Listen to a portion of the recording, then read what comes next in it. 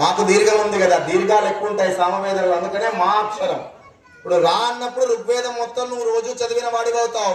మా అన్నప్పుడు సామవేదం అనే వేదం అంతా నీకు చదివిన పుణ్యం వస్తుంది. మూడో అక్షరం ఏంటమ్మా? రామ. యా.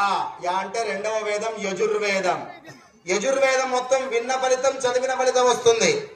చివరి అక్షరం ఏంటమ్మా? నం. అనా. అధర్వణ. అధర్వణం. అధర్వణ వేదం. అనాక్షరం వస్తుంది. ఈ 4 అక్షరాల్లోనే ఉందమ్మా రామాయణం.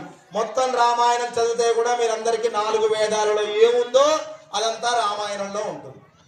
రామాయణంలో సీతమ్మ వారితో వివాహం కాకముందు, సీతా అమ్మవారికి స్వయంవరం ప్రకటించడానికి ముందు పూల బంతితో ఆడుకుంటోంది. ఆడుతూ ఆడుతూ ఆ బంతి ఓ చోట పడిపోయింది. ఎక్కడ పడిపోయింది? ఎక్కడ పడిపోయింది? శివధనస్సు